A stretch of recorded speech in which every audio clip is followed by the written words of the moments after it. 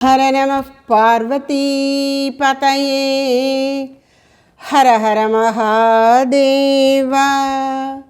தாயுமான சுவாமிகள் திருவடிகளே போற்றி போற்றி. சத்குரு திருத்தாள் போற்றி போற்றி.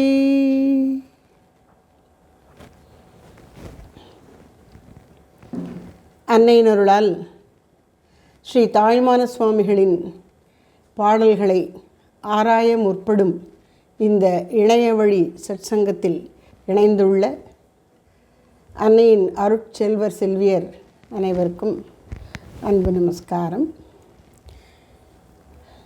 சிவநாமாவளி 3 முறை ஓதுகிறேன். அவரவர் இருக்கும் இடத்திலிருந்து அப்படியே ஓதுங்கள்.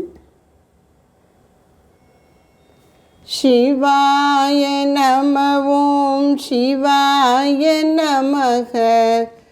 சிவாய நம ஓம் நம சிவாய. சிவாய நம ஓம் சிவாய நமக. சிவாய நம ஓம் நம சிவாய. சிவாய நம ஓம் சிவாய நமக. சிவாய நம ஓம் நம சிவாய. ஹர நம பார்வதி பதயே ஹர ஹர மகாதேவா.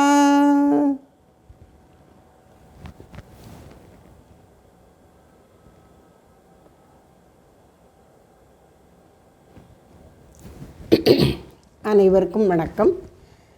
அன்னையின் அருளால் ஸ்ரீ தாயுமான சுவாமிகளின் அருட்பாடல்களிலே 28வது தலைப்பாகிய உடல் பொய்யுறவு என்ற பாடல் தொகுப்பிலே 83 வெண்பாக்களால் ஆன அந்த பாடல் தொகுப்பிலே 19 பாடல்களுக்கு விளக்கம் பார்த்துள்ளோம்.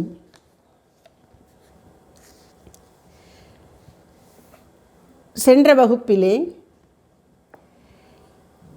19ஆம் பாடலிலே அருமையானதொரு சாதன மார்க்கத்தை சுட்டிக்காட்டுகின்றார் ஸ்ரீ தாயுமான சுவாமிகள். ஆனந்தம் பெறுவதற்கு வழி என்ன? 18வது ஸ்லோகத்திலே பாடலிலே இறைவனால் படைக்கப்பட்டு காக்கப்பட்டு வரும் உயிர்கள் அனைத்துக்கும் நான் அடிமை. இறைவனுக்கு மட்டுமல்ல, அவன் படைத்து காத்து வருகின்ற உயிர்களுக்கும். இந்த பிரபஞ்சத்தில் என்னென்ன உயிர்கள் 84 லட்சம் யோனி பேதங்கள் என்று சொல்கிறார்கள். 84 லட்சம் வகை உடல்கள், ஒவ்வொன்றிலும் எத்தனையோ, அவை அனைத்துக்கும் நான் அடிமை என்கின்ற பாவனையினால், அந்த தாசோகம் பாவனை, நான் அடியவன் என்கின்ற உணர்வினால் அகங்காரத்தை வென்று ஆண்டவனுக்கு உரியவன் ஆகுங்கள் என்று 18வது பாடலிலே சொன்னார். 19வது பாடலிலே இன்பம், பேரின்பம், ஆனந்தம், பூரணானந்தம், பரிபூரணானந்தம் எப்படி ஒருவனுக்கு வாய்க்கும் என்கின்ற மூல ரகசியத்தை சொன்னார். ஒன்று மர நில் என்று உணர்த்திய நம் மோன குரு. குருநாதருடைய உபதேசம் என்ன? ஒன்று மர நில், சும்மாயிரு. என்ன மனுஷன், நம்ம பலமுறை சொல்லியிருக்கிறேன் உங்களுக்கு, மனிதன் என்பவன் பேச தெரிந்த மிருகம். மிருகம் இல்லை, ஒரு சிறப்புக்காக, அதாவது மற்ற மிருகங்களுக்கு பேச முடியாது, மனுஷனுக்கு பேச முடியும் அப்படிங்கிறதுக்காக அப்படி சொல்கிறாங்க. அப்போ பேச்சுங்கிறது மனுஷனுக்கு இருக்கக்கூடிய ஒரு சிறப்பான வாய்ப்பு, திறமை, வல்லமை அப்படின்னு நினைக்கிறோம். உண்மைதான். எங்கே கீழேந்து இறங்கி வரும்பொழுது மேலே இருக்கக்கூடிய பெரியவர்களை பார்த்தால் பேச்சு பெருசல்லப்பா, மௌனம்தான் பெரிது. அப்போ நீ என்ன செய்யணும்னா ஒன்று மர நில். இந்த ஒன்று மர நில் அப்படின்னு குருநாதர் உணர்த்தினாரே. சிந்தையற நில், ஒன்று மர நில், சும்மா இரு. சும்மா இருத்தல், ஒன்று மர நிற்றல்னா என்ன அப்படின்னு சொன்ன, ஜீவன் ரொம்ப ஸ்தூலமாக பற்றுதல்கள் மிகுந்திருக்கும்போது புறப்பொருளோடு அதற்கு பெரிய பந்தம் இருக்கும். நாம் கேள்விப்பட்டிருக்கிறோம், சில பேர் பெரிய பணக்காரர்கள், வியாபாரிகள், தொழிலதிபர்கள், அவர்களுக்கு நஷ்டம் ஏற்பட்டு விட்டால் அதை தெரியும் பொழுது ஐயோ செத்தேன் என்று சொல்கிறாங்களாம். அவங்களே உயிரே போய்விடுகிறது அந்த கவலையில். என்ன கவலை? அவர்களுடைய அந்த சொத்துக்கள் போன உடனே அவர்கள் தம்மையே இழந்து விட்டது போல உணர்கிறார்கள். அப்போ அவர்கள் தங்களுடைய மனசனுடைய அபிமானத்தை எல்லாம் எங்கே வச்சுருக்காங்கன்னா ஒரு புறப்பொருளில் அவர்களுடைய மமக்காரம் சொல்லணும். இது என்னுடையது என்று நினைக்கக்கூடியது அது தடித்த மமக்காரம் அகங்காரமாகி விடுகிறது. அதுவே நான், அது என்னுடையது என்பது போக அது நான் என்கிற அளவிற்கு இந்த புறப்பொருட்களை சொத்து சுகங்களோடு பற்றுதல் கொண்டு இருக்கின்றார்கள். ஜடமயமான சொத்துக்கள் அப்படி விஷயங்களில் பற்றுதல் இல்லாட்டாலும் பல பேருக்கு மனைவி, மக்கள், உறவினர் அதில் பெரிய பற்றுதல் இருக்கும். அதுவும் மனதை பற்றி பிடித்து கட்டுப்படுத்துவதாகவே இருக்கின்றது.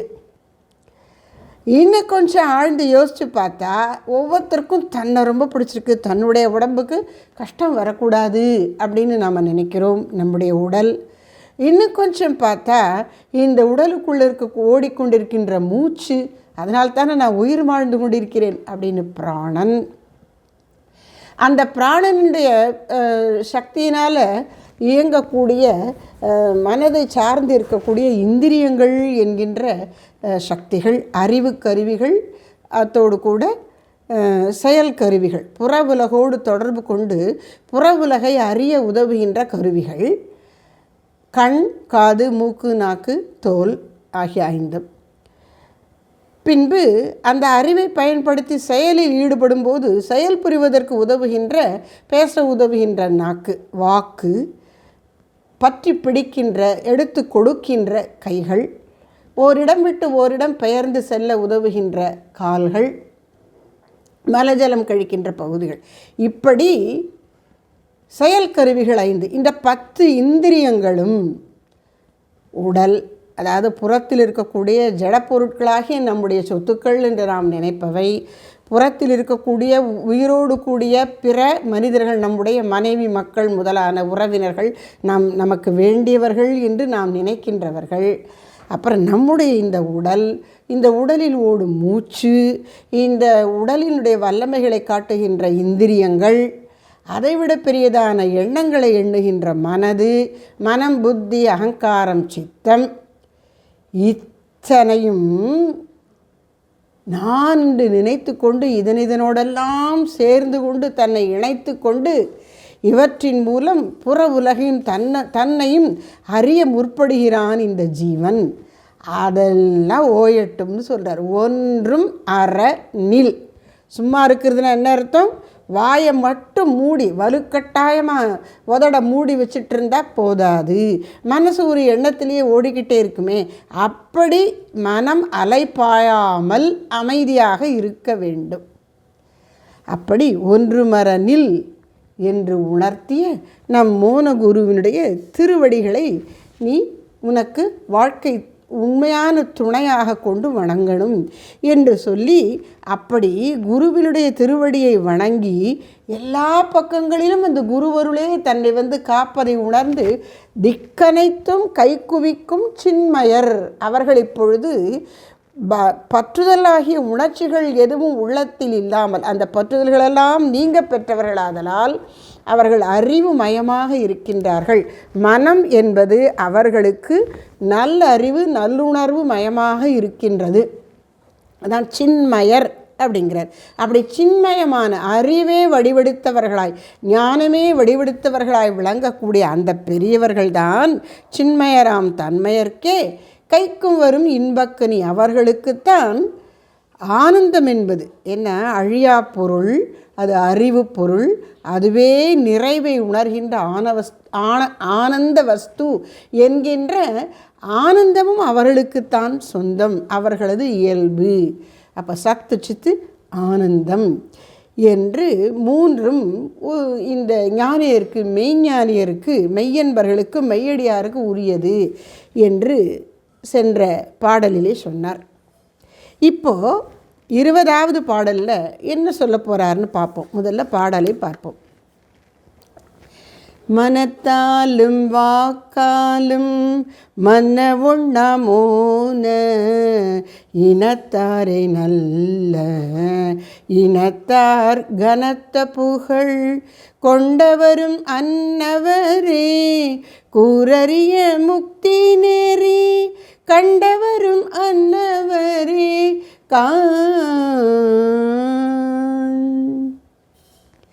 மனத்தாலும் வாக்காலும் மன்ன ஒண்ணா மோன இனத்தாரே நல்ல இனத்தார். இனத்தார் அதாவது இந்த இனம் அப்படிங்கிற வார்த்தையில் இப்போ ஃபார்ம்ஸ் எல்லாம் சில சமயங்களில் விண்ணப்ப படிவங்களெல்லாம் நிரப்பும் பொழுது, நிரப்பி கொடுக்கும் பொழுது, அலுவலகங்களுக்கு கொடுக்கும்போது பாலினம் என்ன? ஆண்பால் பெண்பால். அந்த இனம்னு அப்படி சொல்கிறோம், ஆண்பால் பெண்பால்னு. அப்புறம் இனம்னு சொன்னால் ஜாதி அப்படி சொல்கிறாங்க. அவங்களாம் எங்கள் இனத்தவர்கள், நாங்கள்லாம் ஒரு செட்டு அப்படிலாம் சொல்கிறோம். இனம்னு சொன்னால் ஜாதி, பிறப்பு, குலம், ஒழுக்கம், என்ன தேசம் இவைகளை முன்னிட்டு ஒரே கூட்டத்தார், ஒரே பண்பினை உடைய, ஒத்த இயல்பினை உடைய, ஒத்த பழக்க வழக்கங்களை உடைய மக்கள் கூட்டம் அப்படின்னு சொல்லலாம். பொதுவாக இது இப்போ லௌகீக ரீதியாக விளக்கி கொண்டிருக்கிறேன். இனம் அப்படின்னு சொன்னால் இது மாதிரி வாழ்க்கை சூழலிலே மொழி, பிறப்பு, பண்பொழுக்கம், மதம், பழக்க வழக்கங்கள், பண்பாடு இவற்றினால் ஒரே கூட்டத்தவராய் ஒத்த பழக்க வழக்கங்களை உடையவர்களுடைய ஒரு கூட்டம் அப்படின்னு வச்சுப்போமே. அப்போது உனக்கு இனம் எங்கள் ஜாதி சனம் அப்படின்னு சொல்லுவோம் இல்லையா? ஜாதி ஜனம், சாதி சனம், அது மாதிரி தான் இனம். இனம் என்பது என்ன? ஒரு குறிப்பிட்ட பொதுத்தன்மை உடையவர்கள் சேர்ந்து இருப்பது இனம்னு சொல்கிறோம். இப்போது இங்கே இவர் சொல்கிற இனம் என்ன அப்படின்னா, மனத்தாலும் வாக்காலும் மன்ன ஒண்ணா மோன இனத்தார் அப்படிங்கிறார். நல்ல இனம் யார் தெரியுமா? இனம்னு சேரக்கூடியவர்கள், நம்ம அவங்க கூட சேர்ந்துக்கணும். பின்ன ஒரு கூட்டமாக இருக்கணும். இப்போ தனியாக இருந்தால் நமக்கு பலம் இல்லை, அதனால் நம்ம சேர்ந்துருக்கணும் அப்படின்னு நினைக்கக்கூடியவன் மனிதன். மனிதனுடைய ஒரு இயல்பு என்ன? செட்டாக இருக்கணும், தனியாக இருக்க மாட்டான். அதனால தான் இப்போ ஜாத்தியை ஒழிக்கணும் அப்படி இப்படிலாம் பேசுகிறாங்க. ஆனால் ஏன் அது நடைமுறைக்கு வரமாட்டேங்கிறதுன்னு சொன்னால், மனிதனுக்கு தான் தனியாக இருந்தால் உலக வாழ்க்கையில் பல விஷயங்களை சாதித்து கொள்ள முடியாது. ஒத்த இயல்பு உடையவரோடு சேர்ந்து கொள்ளணுங்கிற ஒரு தேவையை அவன் மனசுக்குள்ளே உணர்கிறான் மனிதன். அதனால் யார் ஒத்து போகுதோ அவங்களோட சேர்ந்துக்கிறாங்க. குடிகாரர்கள்லாம் அவங்க ஒரு கூட்டமாக இருப்பாங்க, சீட்டாடுறவங்க அவங்க கூட்டத்தில் இருப்பாங்க. என்ன அது சீட்டாடுறது, சீட்டை தொடர்றதே தப்புன்னு நினைக்கிறவங்க கூட அவங்க இருந்தால் இருக்க முடியுமா? இருக்க முடியாது. சுவாமிஜி ஒரு தினசரி தியானத்தில் சுவாமி சித்பானந்த மகாராஜ் சொல்வார், சாணத்தில் தோன்றும் புழுவை எடுத்து சந்தனத்தில் வைத்தால் அது செத்துப்போம். எப்படி?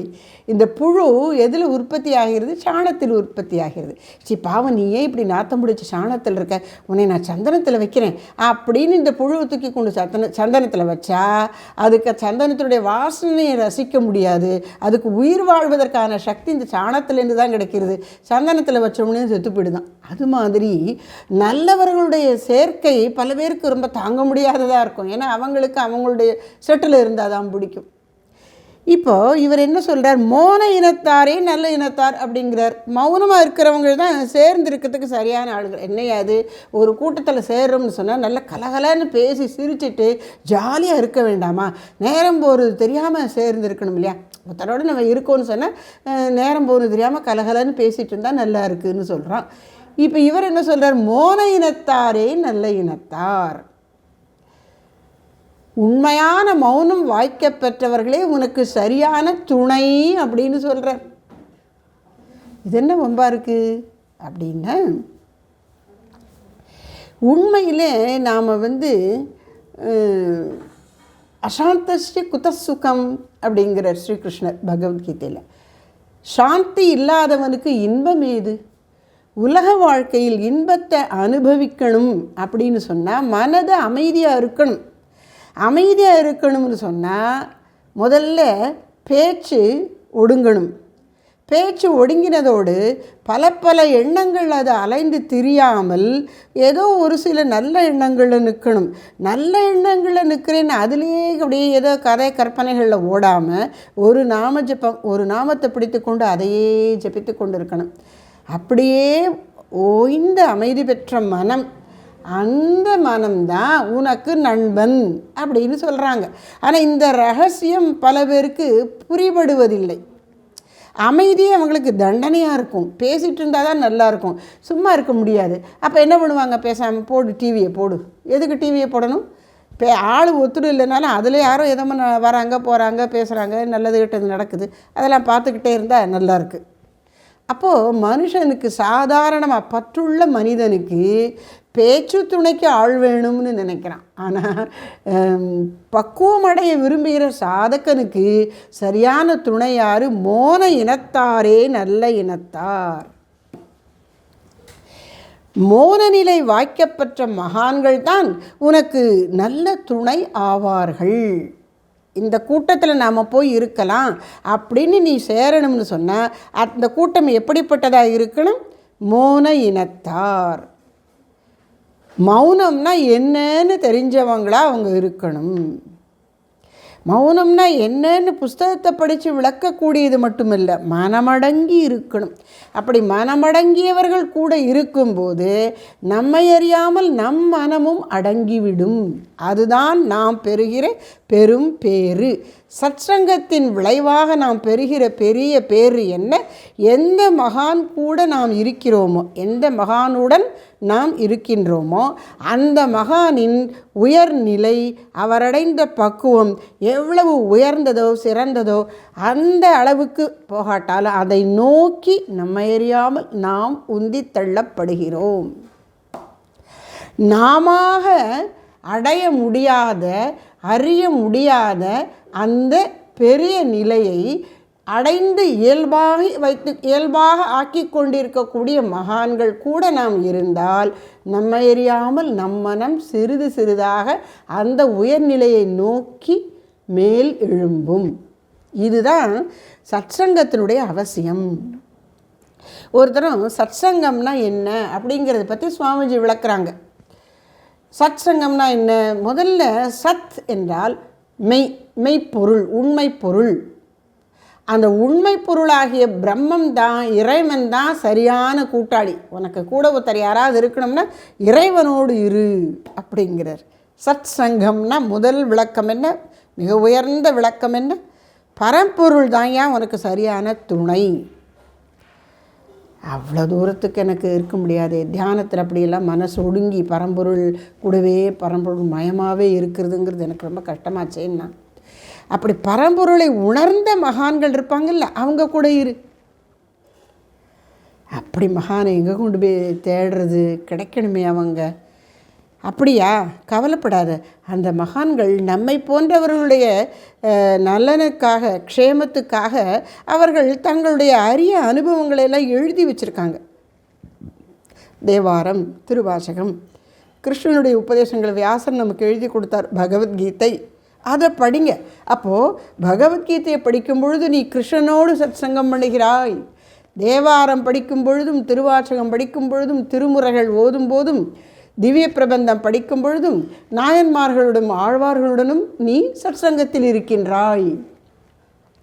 அப்போ நேரடியாக அந்த மகான்களோடு இருக்க முடியாட்டா அவர்களுடைய அந்த வார்த்தை இருக்கே, அது எப்படி இழுக்கல் உடையொழி ஊற்றுக்கோலற்று ஒழுக்கமுடையார் வாய்ச்சொல் என்று அந்த மகான்களுடைய வார்த்தைகள் உனக்கு வாழ்க்கைக்கு வழிகாட்டக்கூடிய, உனக்கு வலிமை சேர்க்கக்கூடியதாக இருக்கும். அவங்களோட இரு அப்படின்னு சொல்கிறார். அதுவும் முடியாட்டத்தான் சாதகர்களாக சேர்ந்து பஜனை பாடுறது. இப்போ நீ தனியாக இருந்து திருவாசகம் படி, அது உனக்கு பெருசு, அதுவும் கஷ்டமாக இருக்குது. கடவுளோடு இரு, முடியலை. கடவுளை அறிந்த ஞானிகளோடு இரு, கிடைக்கல. ஞானிகளுடைய நூல்களை படி, அது உட்காந்து படிக்க முடியலை. சரி, இந்த படிக்கிற முயற்சி இருக்கே, ஆத்ம ஞானம் பெற, இறையருளை பெற முயன்று கொண்டிருக்கிற பிற சாதகர்கள் இருக்காங்களே, அவங்களோடையாவது இரு. வெட்டி பேச்சு பேசுகின்ற உலகப்பற்றுடைய மக்களோடு இருக்காதே. அப்போ சத்சங்கத்தினுடைய ரொம்ப குறைஞ்ச 4வது நிலை என்ன? உன்னை போன்ற சாதகர்களோடு இரு. ஏன் உன்னை போன்ற சாதகர்கள் இருக்கிறதே 4வது குறைஞ்ச நிலைன்ட்டா அப்படின்னா, இப்போது நாம் ஏற்கனவே இப்போ என்ன நிலையில் இருக்கோமோ அதை விட இன்னும் முன்னேறணும் அப்படின்னு தானே ஆசைப்படுவோம்.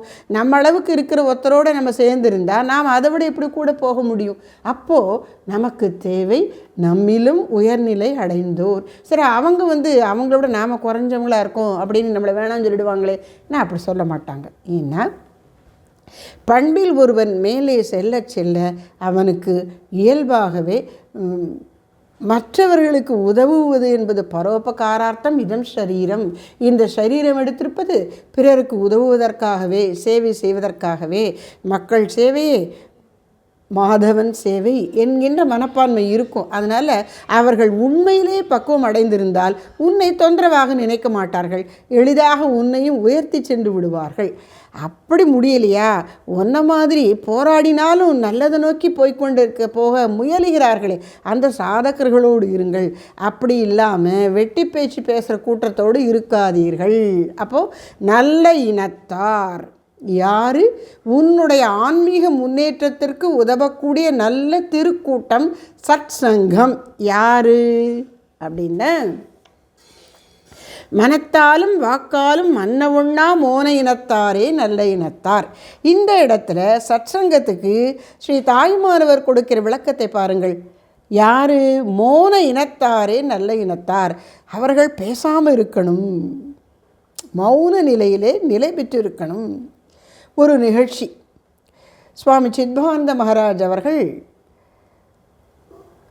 ஆசிரமத்தில், அதாவது தபோவனத்தில், தனக்கு தினசரி வாழ்க்கையில் ஒரு ருட்டீன், ஒரு ஒழுக்கம், இன்னன்னைக்கு இந்தந்த நேரத்தில் இதை எதை செய்யணும்னு வச்சுருப்பாங்க. அதெல்லாம் முறையாக செய்து கொண்டிருப்பார்கள். அந்த காரியம் முடிஞ்சதுக்கப்புறம் என்ன பண்ணுவாங்கன்னா, அப்படியே அவங்க இடத்துல அமைதியாக இருப்பாங்க. ஆரம்ப காலத்தில் என்ன பண்ணுவாங்களாம், இப்போ வேலை முடிஞ்சிருச்சு, பார்வையாளர்கள் விசிட்டர்ஸ் யாரும் இல்லைன்னா பேசாமல் எழுந்து போய் உள்ளுக்குள்ளே அறையில் உட்கார்ந்து தியானம் பண்ண ஆரம்பித்து விடுவார்களாம். அறையில் காணுமே, அதாவது அலுவலக அறையில் காணுமே அப்படின்னு பார்த்தா, தங்கி இருக்கக்கூடிய ஓய்வு எடுக்கக்கூடிய அறையில் தியானம் பண்ணி கொண்டிருப்பார்கள், ஓய்வு எடுக்க மாட்டார்கள். அப்போது அவர்கள் தியான நிலையிலேயே இருந்தார்கள். ஆனால் கொஞ்ச நாளைக்கு அப்புறம் அது கூட தேவையில்லை, கண்ணை மூடினாதான் தியானமா? அலுவலக அறையில் நாற்காலியில் அமர்ந்திருந்தாலும் கண்ணை திறந்திருந்தாலும் யாராவது வந்து போனாலும் என்ன பண்ணினாலும் சரி, அது அப்படியே சொரூப ஸ்திதியிலே சகஜ ஸ்திதியாக இருந்து விட்டார்கள். அதனால் போய் உட்கார்ந்து கண்ணை மூடி தியானம் பண்ணுறதும் கிடையாது, அப்படியே இருந்தார்கள். அப்போ பார்வையாளர்கள் வரும்போது அனுமதி பெற்றுக்கொண்டு பார்க்க வருவார்கள். அப்படி ஒரு முறை திருவண்ணாமலையிலிருந்து சில பக்தர்கள் போனார்களாம் திருப்பராத்துறைக்கு சுவாமி சித்பவானந்தரை பார்ப்பதற்கு.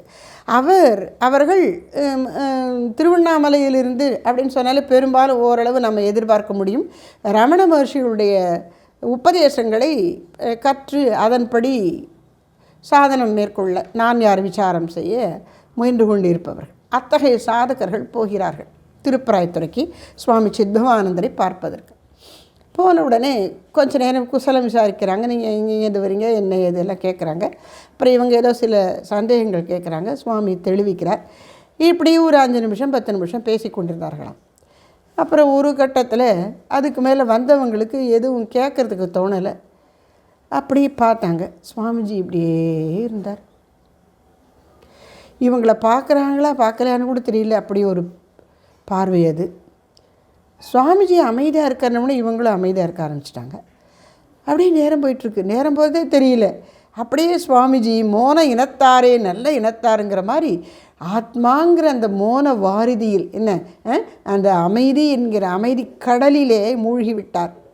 அந்த அமைதியே ஆனந்தமாகவும் இருக்க இவர்களும் அப்படியே மனம் ஒடுங்கி அமைதியாக இருக்காங்களாம்.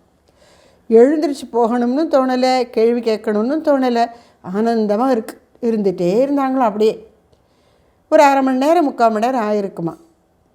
சாமி சரி அப்படின்னாங்களாம். அவ்வளோ நேரம் அமைதியாக இருந்து தட்சிணாமூர்த்தியாக இருந்து என்ன சொரூபத்தை உணர்த்திய சுவாமிகள் சரி அப்படின்னோடனே இவங்களும் அப்படி முழித்த மாதிரி, சரி அப்போ நம்ம போகலாம், சாமி விடை கொடுத்துட்டாங்கன்னு புரிந்து கொண்டு நமஸ்காரம் பண்ணிட்டு கிளம்பி வந்தாங்களாம். அப்போ அந்த அரை மணி நேரம் எப்படி இருந்தது? ரமண மகர்ஷிகள் வாழ்ந்திருந்த காலத்திலே அவரை தரிசித்த பக்தர்கள் எப்படி உணர்ந்தார்களோ, அந்த மோன நிலையினுடைய மகிமையை உணர்ந்தார்களோ அந்த போல இருந்தது அப்படின்னு அந்த சுவாமிஜி சொன்னார் என்கிட்ட. இந்த அனுபவத்தில் 4 பேர் போனாங்கன்னு சொன்னீங்களா, அதில் ஒரு சுவாமிஜி சொன்னார். அப்படி மோன இனத்தாரே நல்ல இனத்தார். அப்போ நம்ம அடுத்த தடவை இனிமேல் என்ன செய்யணும்னா, பேசினாத்தான் எனக்கு சரியான துணை அப்படின்னு நினைக்கக்கூடாது. பகவான் எங்கும் நிறை பரம்பொருளாக எப்போதும் என்னை பார்த்து கொண்டு என் இதயத்திலும் என்னை சுற்றிலும் இருந்து கொண்டிருக்கிறார்னு நினச்சி நாம் அமைதியாக இருக்கணும். கூட இருக்கக்கூடியவர்கள் பேசினா பதில் சொல்லலாம், பேசாட்டா அமைதியாக இருக்கலாம். அந்த அமைதியை அவர்களுக்கும் கொடுக்கலாம். அமைதி தானே வேணும் எல்லாருக்கும். மோன இனத்தாரே நல்ல இனத்தார். அவர்களுக்கு எப்படி இந்த நிலை ஏற்பட்டது? அந்த மோன நிலை என்பது எத்தகையது? அதை முதல் வரியில் சொல்கிறார். மனத்தாலும் வாக்காலும் மன்ன ஒண்ணா மோன இனத்தார். மன்ன ஒண்ணா அப்படின்னா முடியாத, இயலாத, கிடைக்காத, கிட்டாத. மன்ன ஒண்ணா நிலையாக கிடைக்காத, நிலையாக கிட்டாத, அடைய முடியாத. எதுக்கு அடைய முடியாது? மனத்தாலும் வாக்காலும் மன்ன ஒண்ணா, மனதினாலும் வாக்கினாலும் நிலைத்திருக்க முடியாத, இந்த நிலையில் இருக்க முடியாத, அடைய முடியாத மோன நிலை. மோனம் எப்படிப்பட்டது? மனதாலும் வாக்காலும் அடைய முடியாதது. அப்போ நமக்கு இருக்கிறது மனதும் வாக்கும் தானே. அந்த மனதாலும் வாக்காலும் அவரை அறிய முடியாதுன்னு சொன்னால் எப்படி? அப்புறம் அது எப்படி? அந்த மோனம்ங்கிறது என்ன தான் இருக்குது? அது எப்படி தான் இருக்கும் அப்படின்னா,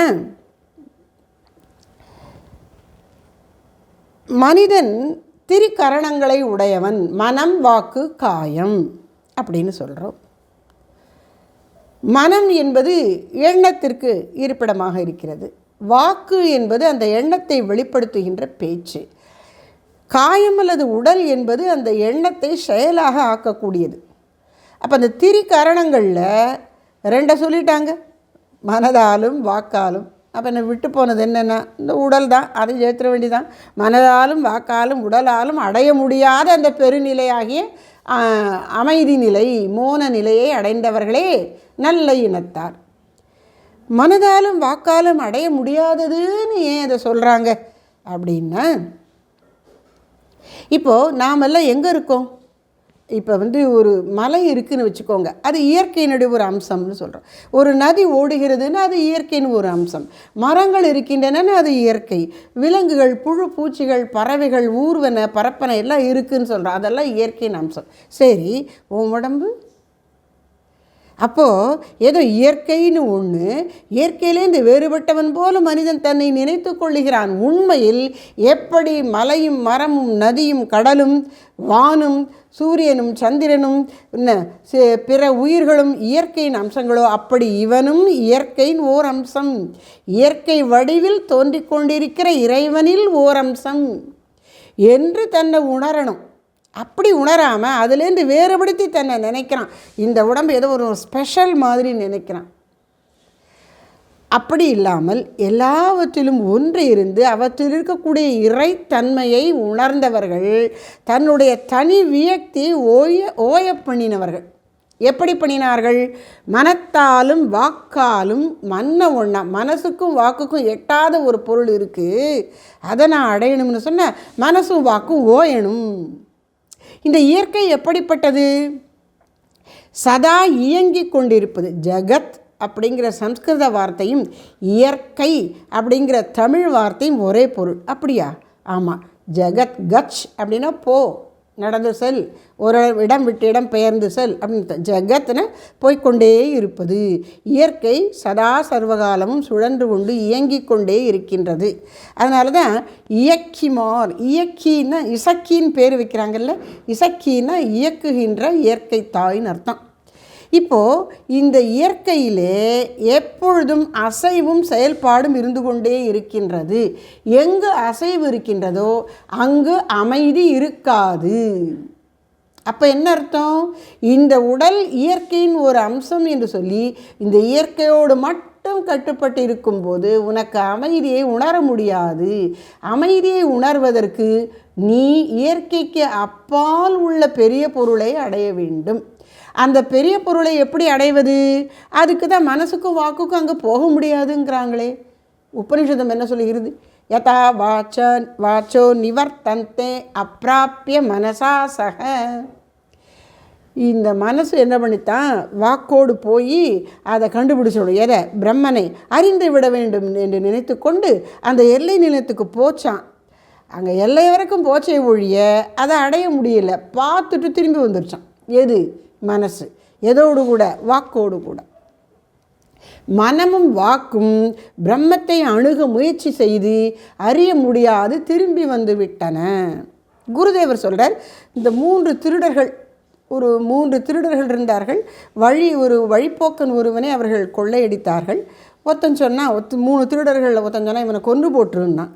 இன்னொருத்தன் சொன்னால் எதுக்கு கொல்லணும், கட்டி போட்டுருவோம், நம்ம தான் அவன்கிட்ட இருக்கிற பொருளை எடுத்துக்கொண்டு விட்டோமேன்னு சொல்லி அங்கே இருந்த ஒரு காட்டுக்கொடியவே பிச்சு அவனை ஒரு மரத்தோடு கட்டி போட்டுட்டு வாங்கடா அப்படின்னு 3 பேரும் போயிட்டாங்க.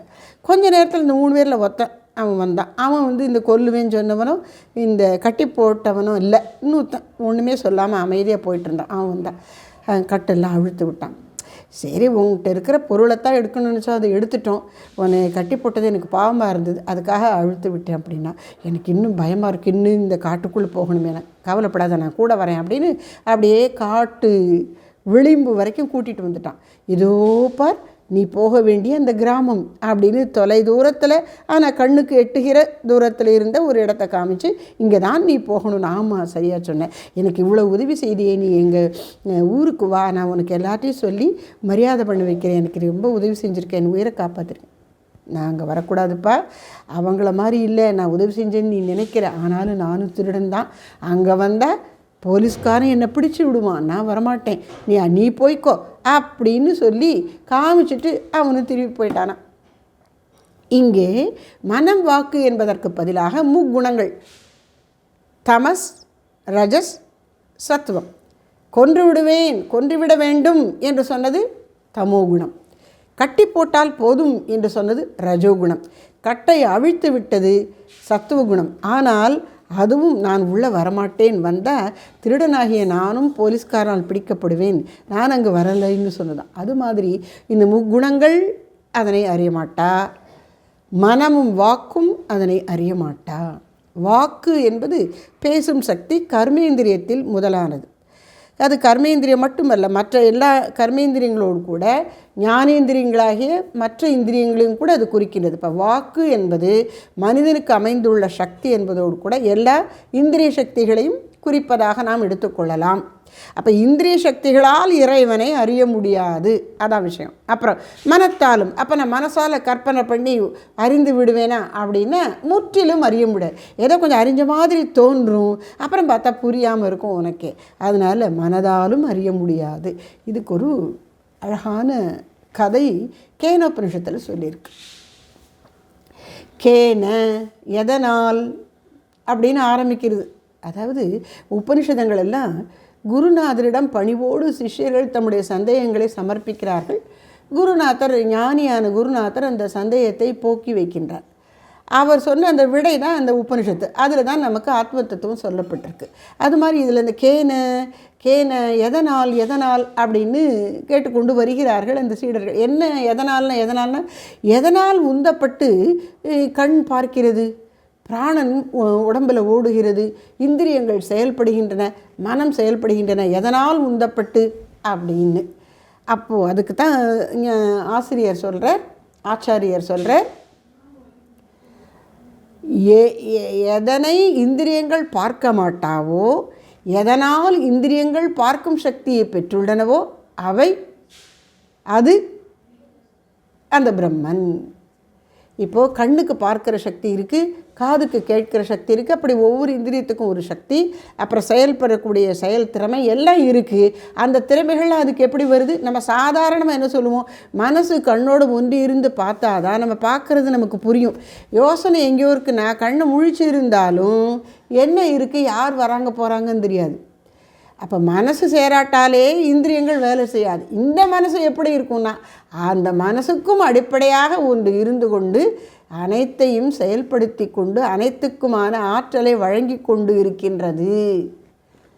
அதை அந்த கண்ணால் பார்க்க முடியாது. அதனால்தான் கண் பார்க்கிறது, ஆனால் கண்ணால் அதை பார்க்க முடியாது. அதனால்தான் மனது நினைக்கின்றது, ஆனால் மனதால் அதை நினைத்து அறிய முடியாது என்று பிரம்மத்தை விளக்குகிறது கேனோபனிஷத்து. இப்படி தத்துவ ரீதியாக விளக்கிட்டு ஒரு கதையை சொல்கிறது.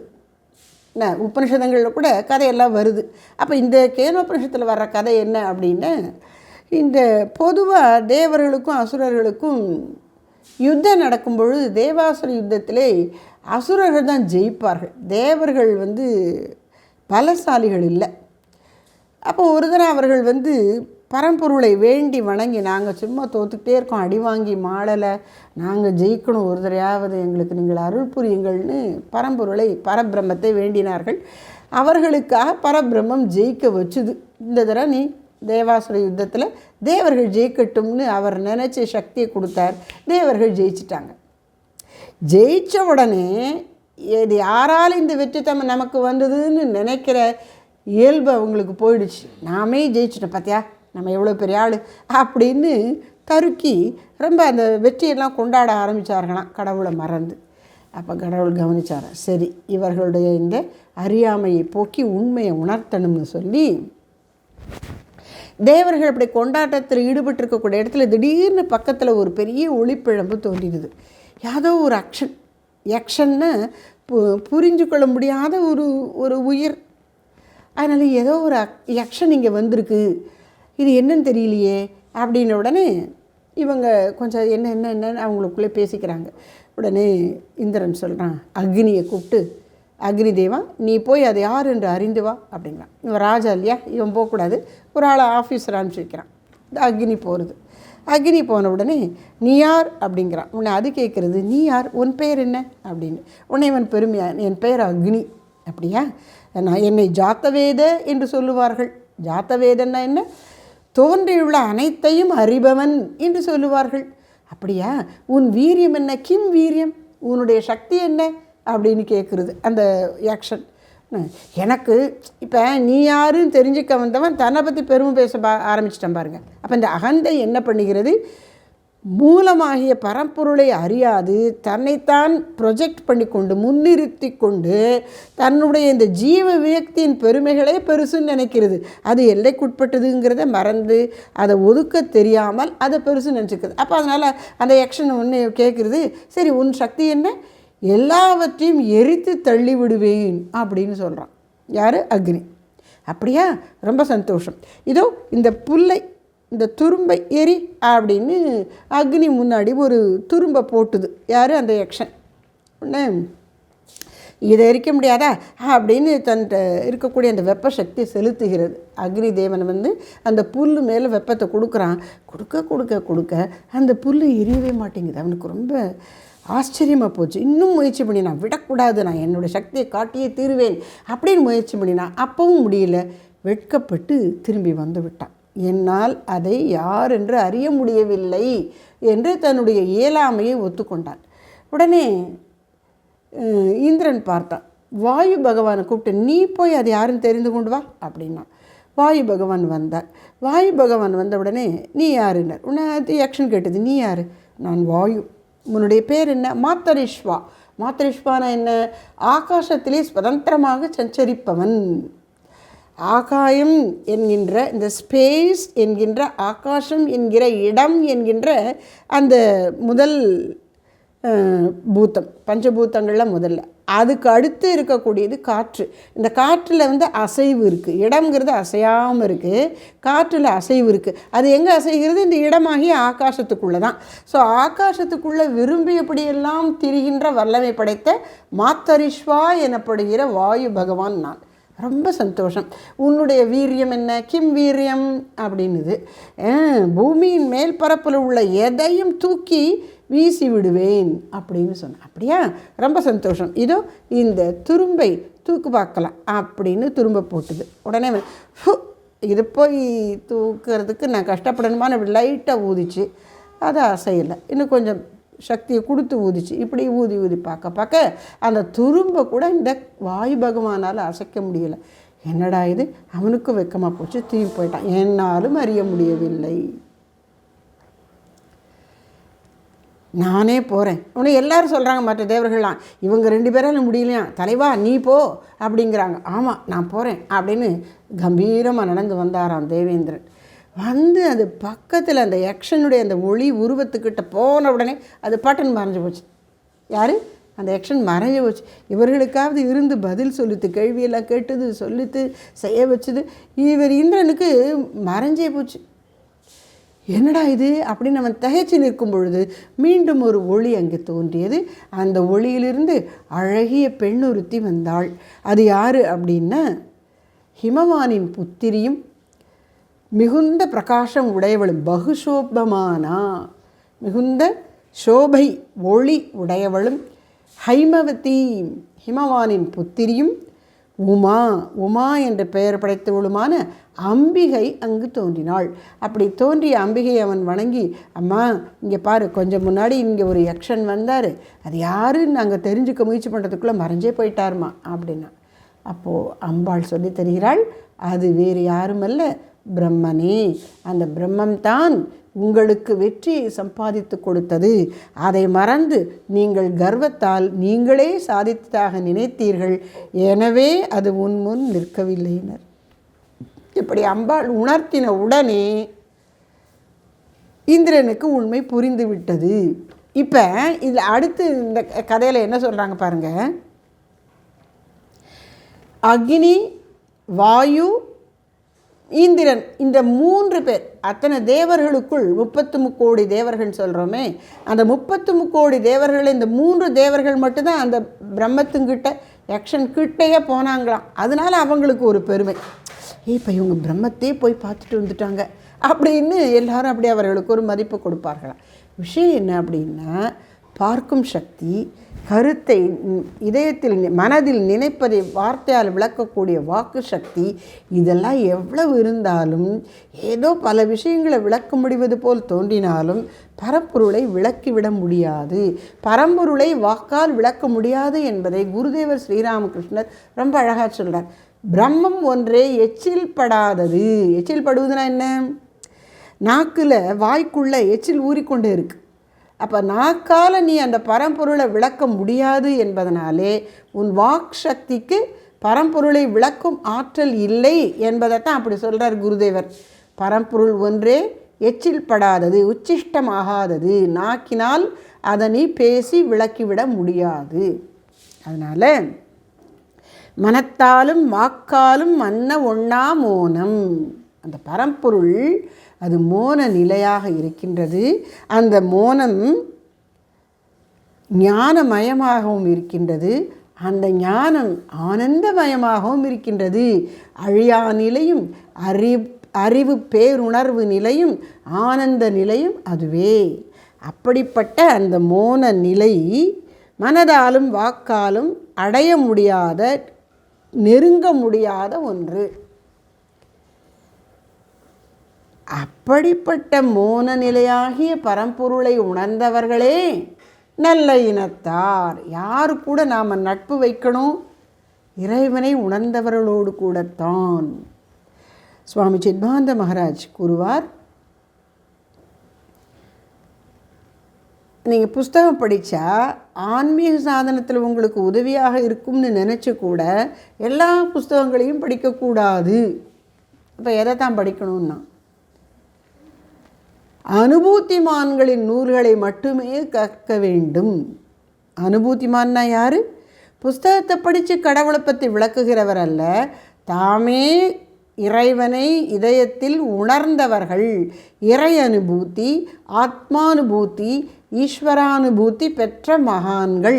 அந்த அனுபூதிமான்களுடைய எழுத்துக்களை தான் நீ படிக்கணும், மற்ற புஸ்தகங்களெல்லாம் படிக்கக்கூடாது அப்படின்னு சொல்லியிருக்காங்க.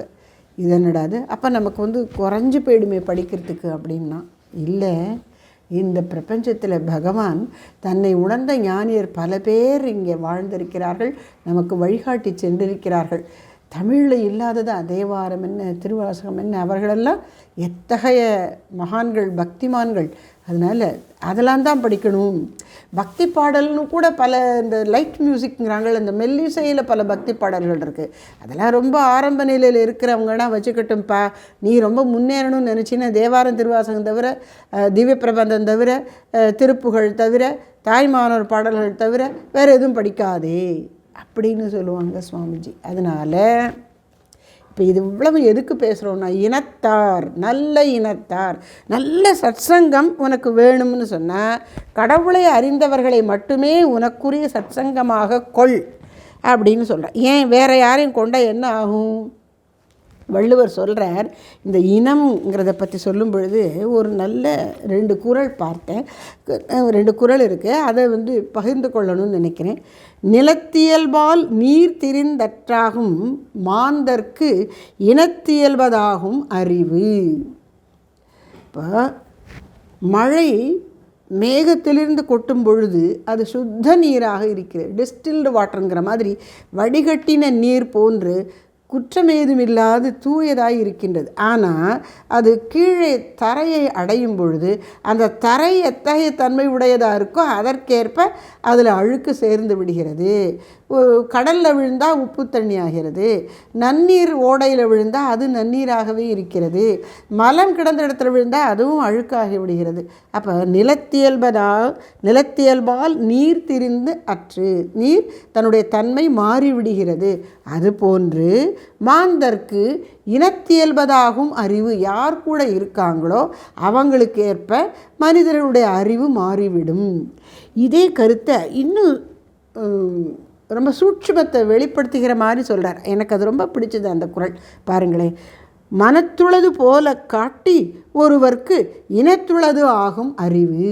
நீ என்ன நினச்சிக்கிற, எனக்கு இதை தெரியும் அதை தெரியும் அப்படிங்கிறீல்ல, அந்த அறிவு, தெரிந்திருக்கக்கூடிய அந்த அறிவு எங்கே இருக்குது? என் மனசில் இருக்குது, என்னுடைய புத்தியில் இருக்குது அப்படின்னு நீ நினைக்கிறீல்ல. உண்மையில் ஓம் புத்தியில் இல்லை. அந்த ஓம் புத்தி எங்கே இருக்குது? நீ எப்படிப்பட்ட மனுஷங்களோட பழகுறியோ அவங்கக்கிட்ட இருக்குது. அவங்களுடைய பக்குவம் எவ்வளவோ அவ்வளவுக்கு தான் ஓம் அறிவு இருக்கும். யார் நீ பெரிய ஆளுன்னு நினச்சி பழகிட்டுருக்கியோ, யார் கூட பேசுகிறையோ, யார் சொன்ன வார்த்தைகளை நினைக்கிறாயோ, யார் சொன்னபடி நீயும் செய்ய தயாராக இருக்கிறாயோ அவர்கள்தான் உன்னுடைய அறிவின் உயர்வை தீர்மானிக்கிறார்கள். அதனால் அவங்க உன் கூட இருக்கிற ஆட்கள் எப்படிப்பட்டவர்களோ அந்த அளவுக்குமே அதை விட நீ ரொம்ப ஒசந்து போயிட மாட்ட. அதனால் நல்லாள் நல்லவங்க பெரியவங்களோடு இருக்கிறதுக்கு எப்போதும் முயற்சி பண்ணு அப்படின்னு சுட்டி காட்டுகிறார் திருவள்ளுவர். எல்லா பெரியவர்களும் இதை தான் சொல்கிறாங்க. இப்போ திருவாசகத்தினுடைய கடைசி இதில் சொல்கிறாரு, முக்தி நெறி அறியாத மூர்க்கரோடு முயல்வேனை. அப்போ தன் போக்குக்கு விட்டவன் என்ன பண்ணுறான்? பற்றுதல் நிறைந்த மக்களோடு சேர்ந்து கொள்கிறான். அவர்களுடைய குறை என்ன? முக்தி நெறி அறியாத மூர்க்கர். மூர்க்கர்னா என்ன? பிடிவாத குணம் கொண்ட அறிவிலிகள். அவங்களுக்கு விஷயம் தெரியல, ஆனால் தாம் பிடிச்சதே சரி என்று சாதிக்கிறார்கள். அவர்கள் தான் மூர்க்கர்கள். வெறித்தனமாக அடிக்கிறவங்க தாக்குறவங்க மட்டும் இல்லை, அறியாமை நிரம்பியவர்கள், அதான் மூர்க்கத்தனம். அப்போது முக்தி நெறி அறியாத மூர்க்கர், இவர்களிடம் என்ன மூர்க்கத்தனம் இருக்கிறது? முக்தி நெறி அறியாதவர்கள், பற்றுதல்களை விட்டு இறைவனை அடைவதற்கான வழி இன்னது என்று அறியாதவர்களாய் இருக்கின்றார்கள். முக்தி நெறி அறியாத மூர்க்கர். அவர்களெல்லாம் நமக்கு சரியான கூட்டம், நட்பு கூட்டம் அல்ல. அப்போ யார் தான் நட்பு? தாய்மானவர் சொல்கிறார்,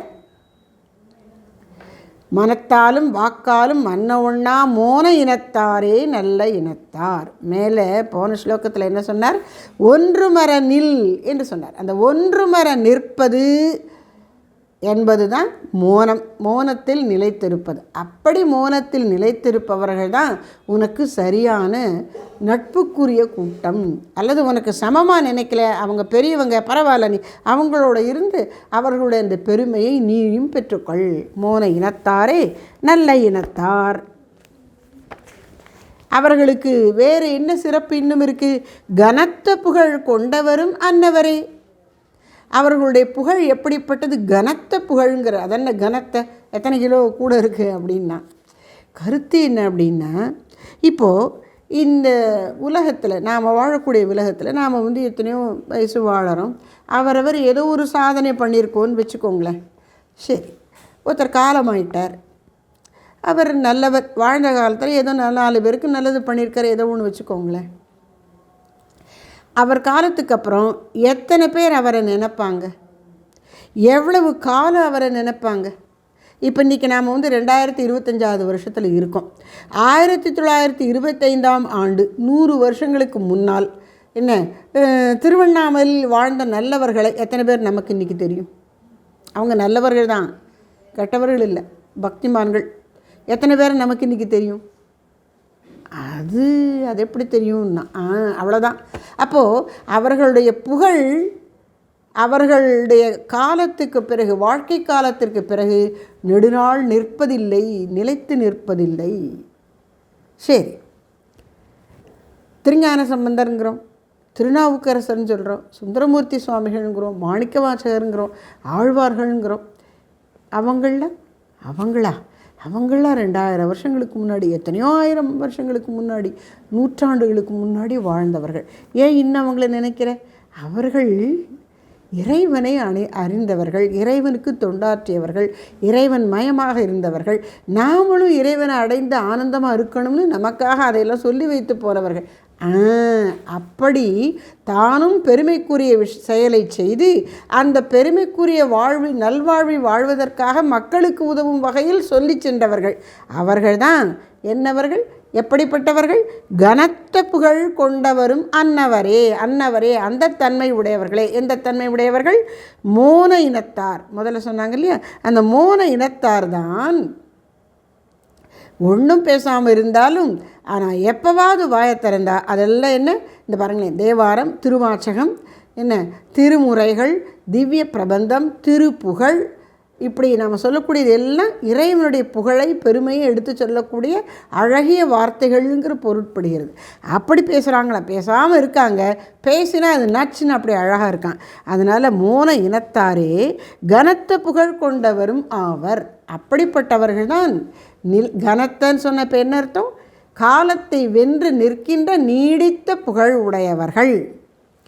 அப்படிப்பட்டவர்களும் அவர்கள்தான், அந்த மோன இனத்தார் தான். சரி, அவர்களுக்கு இது எதுக்கு இவ்வளவு சிறப்பு அப்படின்னா, கூரறிய முக்தி நெறி கண்டவரும் அன்னவரே காண். அவர்கள் செய்த சாதனை என்ன தெரியுமா? ஒரு வழியை அவர்கள் கண்டுபிடித்தார்கள். என்ன வழி? அதாவது நடைமுறை வாழ்க்கையில், தினசரி வாழ்க்கையில் காரியத்துக்காகாத விஷயங்களை சொன்னால் அவங்கள போகாத ஊருக்கு வழி சொல்லாத அப்படிம்பாங்க. கேட்டிருக்கீங்களே? போகாத ஊருக்கு வழி சொல்கிறதுன்னு என்ன அர்த்தம்? இதை செய் அதை செய்யின்னு சொல்லுவாங்க, ஆனால் அது நடைமுறை சாத்தியம் இல்லாதது. அப்படி இருக்கக்கூடியவர்களுடைய வார்த்தைகளை நாம் நம்பி அவங்க பின்னாடி போக முடியாது. இவங்க அப்படி இல்லை. யார்? நூற்றாண்டுகள் கடந்தாலும் அவர்கள் இன்றைக்கும் மக்களால் அறியப்படுகிறார்கள், போற்றப்படுகிறார்கள், பின்பற்றப்படுகிறார்கள். அப்படிப்பட்ட பெரியவர்கள், மோன இனத்தாரான அவர்கள் என்ன?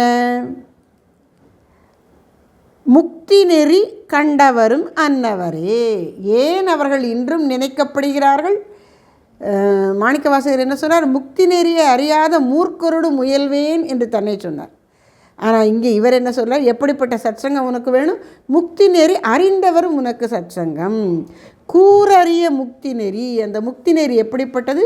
கூறு அறிய, சொல்லுவதற்கு அறிய, விளக்குவதற்கு அருமையான, அதாவது கஷ்டமான அப்படின்னு அர்த்தம். விளக்க முடியாத அந்த பேரருள் நெறியினில் சென்றவர்கள், அதனால் அதை நன்கு உணர்ந்து மற்றவர்களுக்கும் எடுத்து சொல்லக்கூடியவர்கள். இந்த நெறியில் சரியான நெறியில் போனால் தான் குறியை அடைய முடியும். குறினா லட்சியம், இலக்கு. நெறினா பாதை. ஒரு இலக்கு நமக்கு இருந்தால் அதை அடைவதற்கு ஒரு வழி இருக்கணும். அந்த வழி தான் நெறி, அந்த இலக்கு தான் லட்சியம்தான் குறி. இப்போது சுவாமி விவேகானந்தர் ஒருத்தரும் சகோதரி நிவேதித்திட்டு சொல்கிறார். அதாவது சுவாமி விவேகானந்தர், அமெரிக்க சிஷ்யர்கள் நிவேதித்தை, இன்னும் 2 பேர், அவங்கெல்லாம் இருந்து பேசிகிட்டு இருக்கும் பொழுது சுவாமி விவேகானந்தர் சொன்ன ஒரு கருத்தை நிவேதித்தைக்கு ஏற்க முடியல. திரும்ப திரும்ப கேள்வி கேட்டுக்கொண்டே இருக்கா.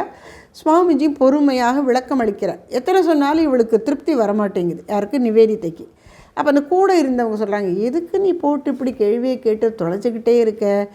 பெரியவங்க சொன்னால் கேட்டுக்க வேண்டியது தானே அப்படின்னு. அவங்க சொன்ன உடனே நிவேதித்தையும் வாய் மூடிட்டா. ஆனால் மனசில் ஒரு அமைதி கிடைக்கல. அவளுக்கு திருப்தி தரக்கூடிய பதில் வர்ற வரைக்கும் அந்த மனசு அமைதி இல்லாமல் அல்லாடுது. ஆனால் வாயை மூடிக்கிட்டு அமைதி ஆகிட்டா. அப்போ சுவாமிஜி சொன்னார், இப்படி எதுக்கு நீ போட்டு குழம்பி தவிக்கிற? அவர் சொல்கிறத அப்படியே ஏற்றுக்கோ அப்படின்னு சொன்ன சிஷ்யையும் இப்படிலாம் நீ சொல்லாதன்னு சொல்லலை. நான் புரிஞ்சிக்க முடியலையே, சுவாமிஜி சொல்கிறது ஏற்றுக்க முடியலையேன்னு வருந்து கொண்டிருக்கிற நிவேதித்தைக்கும் ஆறுதல் சொல்லணும்.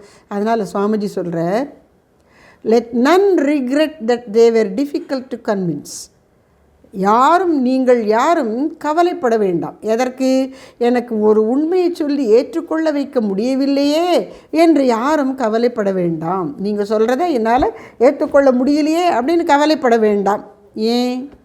I fought my master for 6 years, 6 long years. நான் என்னுடைய குருநாதரோடு 6 வருடங்கள் போராடினேன். சுவாமி விவேகானந்தர் சொல்கிறார்.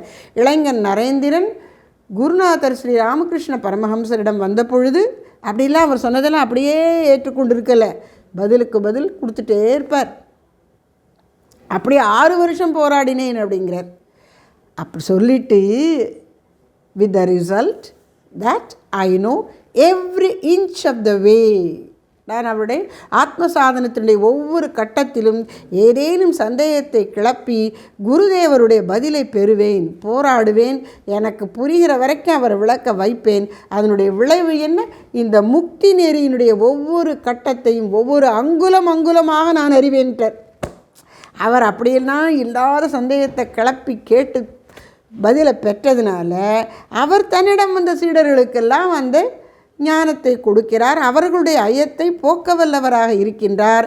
அதாவது ஒரு வார்த்தையில் சொன்னால் முக்தி நெறினா என்னன்னு தெரிஞ்சவராக இருக்கார்.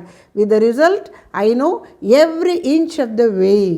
அதனால தான் உண்மையான ஞானிகள் மகான்கள் சீடர்கள் கேள்வி கேட்பதை தொந்தரவாக நினைப்பதில்லை, உற்சாகப்படுத்துவார்கள்.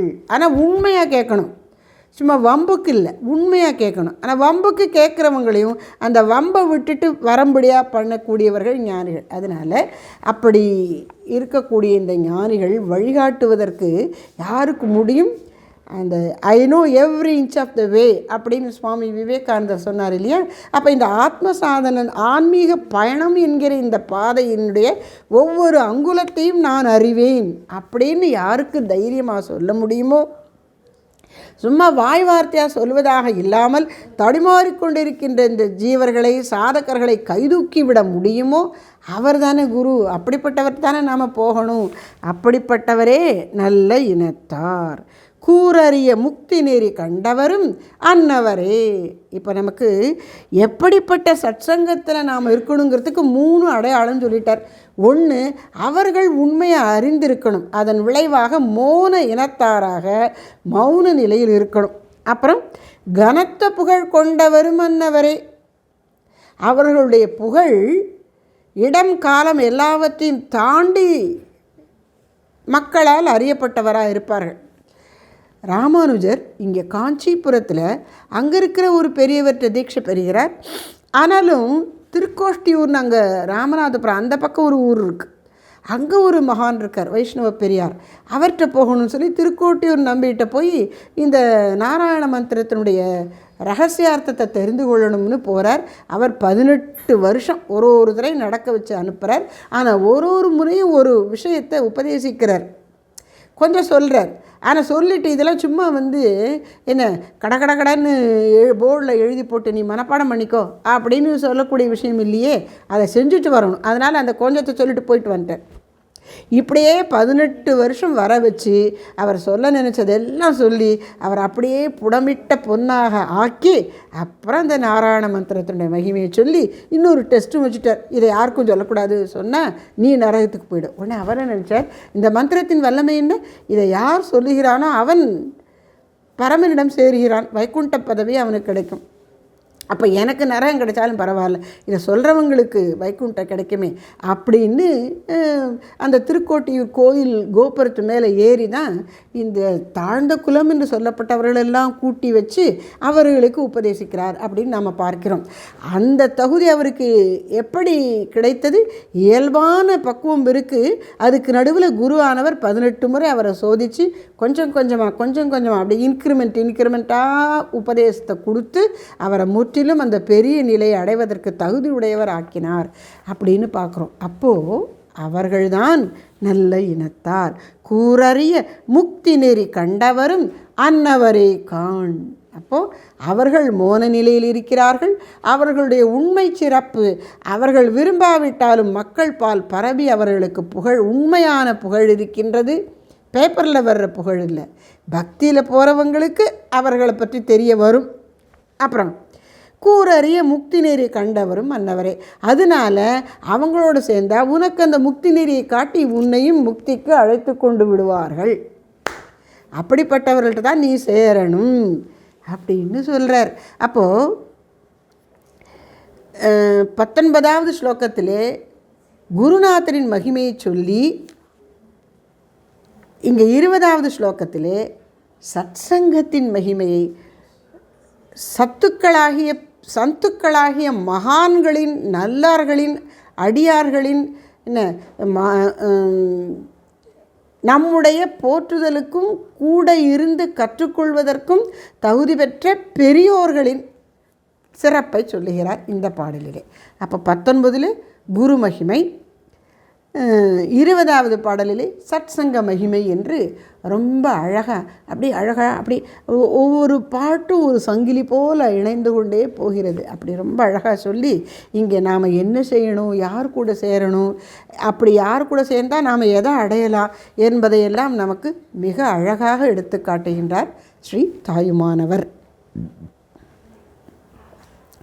மனத்தாலும் வாக்காலும் மன்ன ஒண்ணாம் மோன இனத்தாரே நல்ல இனத்தார் கனத்த புகழ் கொண்டவரும் அன்னவரே கூரறிய முக்தி நேரி கண்டவரும் அன்னவரே காண் என்று இந்த 20வது பாடலிலே சத்சங்கத்தின் பெருமையை அழகாக எடுத்துரைக்கின்றார். சந்துக்களாகிய மகான்களின் கூட்டுறவின் சிறப்பை உணர்த்துகின்றார் ஸ்ரீ தாயுமானவர். ஹர நம பார்வதி பதயே ஹர ஹர மகாதேவா. தாயுமான சுவாமிகள் திருவடிகளே போற்றி போற்றி. சத்குரு திருத்தாள் போற்றி போற்றி.